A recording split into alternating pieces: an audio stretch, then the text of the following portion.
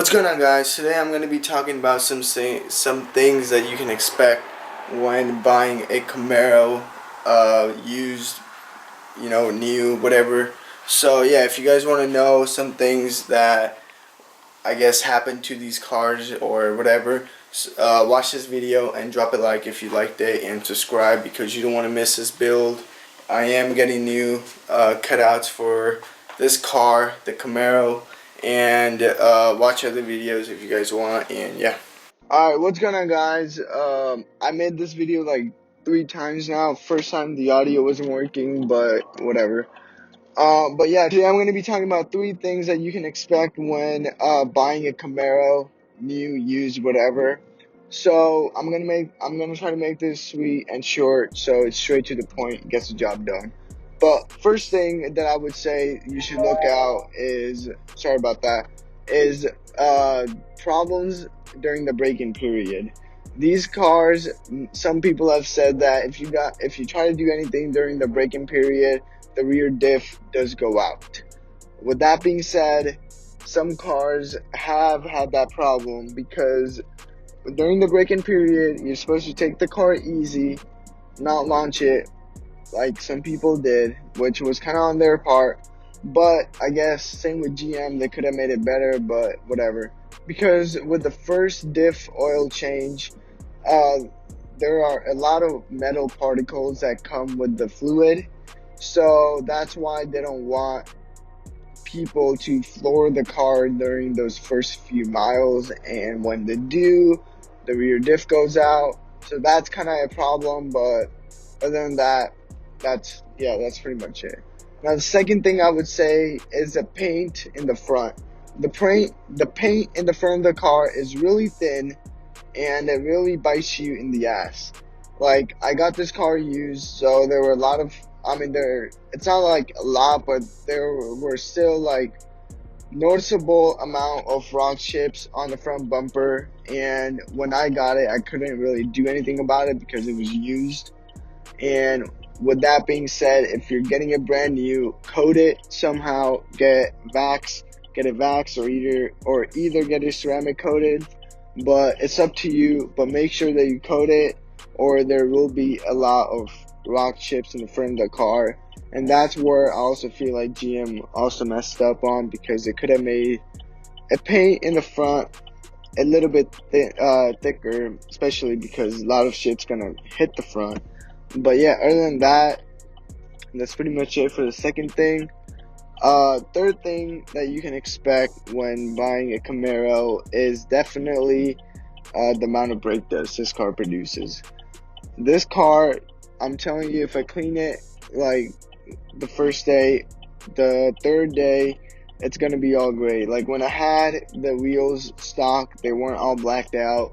They will turn out gray in like 2 days, and I mean, it's not bad. It's just dust. Just wash the car. It's Gucci. But I mean, I guess it does kind of get annoying. But honestly, like I said, I have gotten used to it. I don't really give a shit. But other than that, the brake dust, it's kind of insane. But yeah, I mean, the brakes on the car is solid though. Like, they don't go, like, the car stops and it gets the job done. I mean, they're Brembos, so for stock, no like package or anything, getting Brembo, especially 4 pistons, I feel like are pretty good for what you get. So I'm not complaining. And now the fifth thing, or the fourth, whatever, thing I would say is definitely the gas mileage. The gas mileage, I'll tell you, it's not great, it's not bad. Like in the city when you're driving, alright, sorry about the camera shaking, but in the city when you're driving, just cruising, it will give you around 16 to 18 miles per gallon, which is good, which is actually hella good for a sports car in my opinion. But if you floor it just like a little bit, if you do some pulls, that will drop to 13 to 15, which is kind of ass in my opinion, because 13 to 15, that's nothing.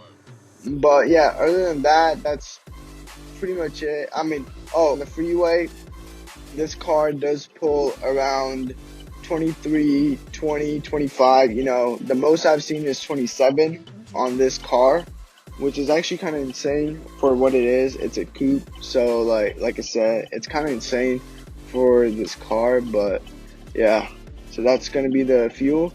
And the next thing I would say that you should be aware of is the space. The space in this car, it's not the greatest.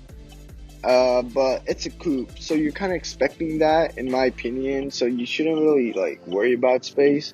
Like I said, it's a sports car. It's not meant to store all your shit. So I'm not complaining. It's a sports car.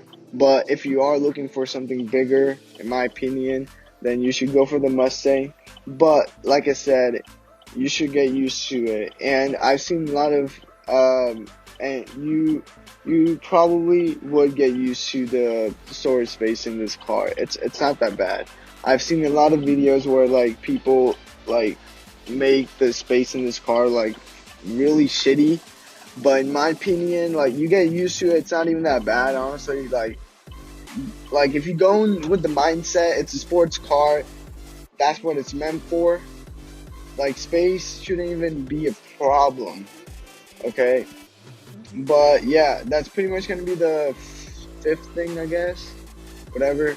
And then the last thing I would say is that if you're getting this car brand new, definitely put your money into the active exhaust system.